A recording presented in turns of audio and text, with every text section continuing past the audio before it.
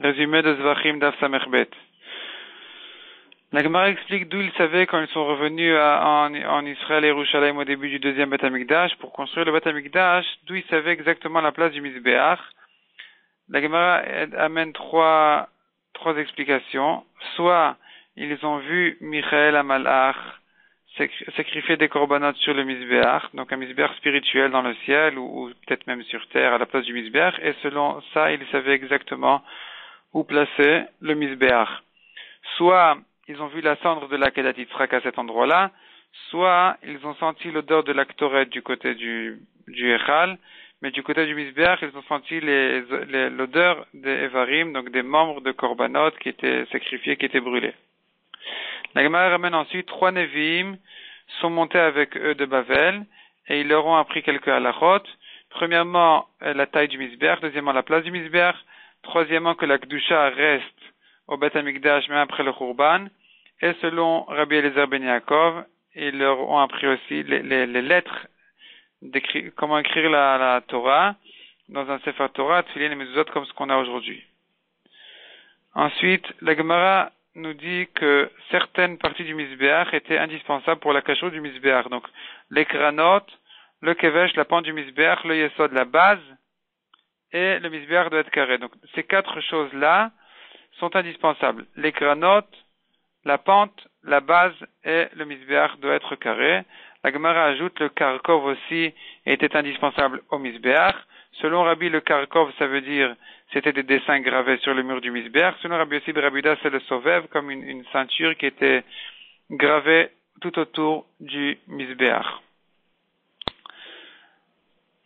La Gemara ramène qu'il y avait un deuxième karkov au toit du Mizbeach, donc sur le Mizbeach au-dessus du Mizbeach, où c'était un peu plus bas, donc le toit du Mizbeach était un peu plus bas que les rebords de tous les côtés, de manière à ce que les Kohanim qui marchent là-bas ne glissent pas à l'extérieur du Mizbeach, puisqu'il était très haut.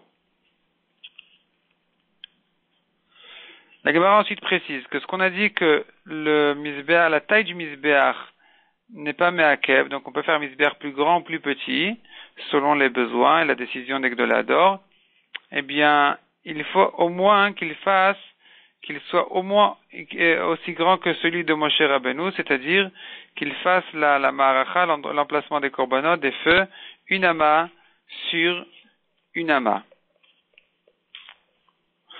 La Gemara, on arrive de là à 2 histoires où on a vu que les Tanaïm, les Chachamim, ont reproché à ceux qui comprenaient pas et qui participaient pas au shiurim, qui comprenaient pas exactement l'intention du Maggid Shiur. Parce que quand Rav Yosef a dit que le Mizbeach faisait une ama sur une ama, ils se sont moqués de lui, ils lui ont dit qu'il faisait 5 amot. Alors que Rav Yosef voulait dire par là, la taille de la ma'aracha, elle faisait une ama sur une ama. Ensuite, la Gemara, elle dit de même, les bois du Mizbeach, donc il y a une mitzvah d'amener du feu, d'amener des bois, de brûler des bois sur le Mizbeach. Ces bois-là doivent faire aussi une ama sur une ama. Et contrairement à Rabbi Rimia qui a dit que cette ama elle doit être un peu moins qu'une ama, Rabbi Yosef a ramené une braïta, on voit que ça devait faire une ama précise. Ensuite, la Gemara a dit le kevesh se trouvait au sud du Mizbeach. D'où sait-on qu'il était au sud du Mizbeach? 2 réponses. Premièrement, parce que c'est écrit que le nord est considéré comme les pieds du Mizbeach. Donc si les pieds sont au nord, la tête, le visage, là où le Mizbeach est ouvert, c'est vers le sud. Donc le kevesh, qui est l'ouverture du Mizbeach, doit être au sud. Sachant que le mot ravoua du Mizbeach veut dire aussi bien carré que aussi couché. Donc il faut considérer le Mizbeach comme un homme couché. Donc si Yerech HaMizbeach, ses pieds sont au nord, eh bien sa tête est au sud. Donc il est ouvert vers le sud. Ça c'est une dracha. Deuxième dracha, on voit du passouk qu'il faut toujours tourner à droite vers l'est. Donc si en montant au Mizbeach, il faut tourner à l'est en prenant sa droite, donc forcément que, évidemment, le kevesh devait être au sud, de manière à pouvoir tourner à droite vers l'est. La Gemara amène encore une halakha. Le kevesh était éloigné du Mizbeach, il y avait un petit espace entre le kevesh et le Mizbeach.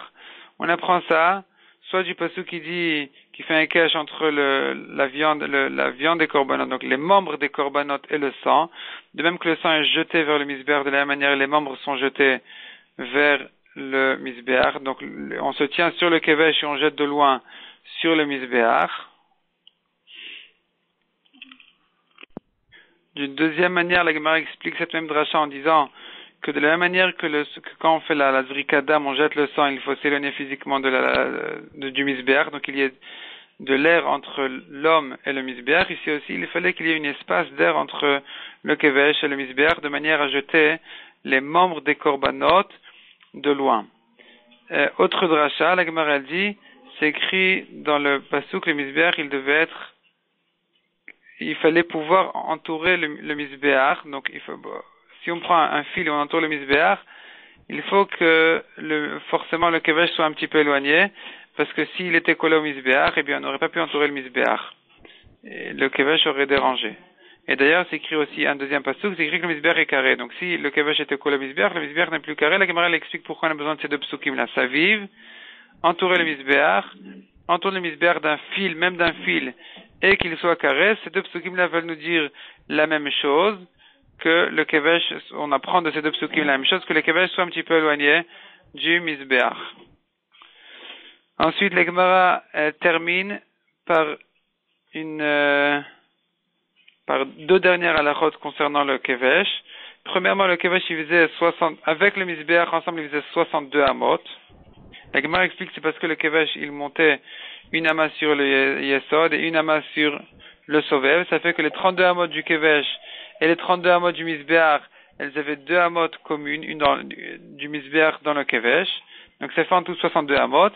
Et enfin, dernière halakha que dit la Gemara, les kvashim en général, on les faisait de telle manière que toutes les 3 amot de long, on monte une ama de haut, tandis que le grand kevesh du misbéach, pour monter une ama, on faisait de longueur 3 amot et demi, même plus que ça.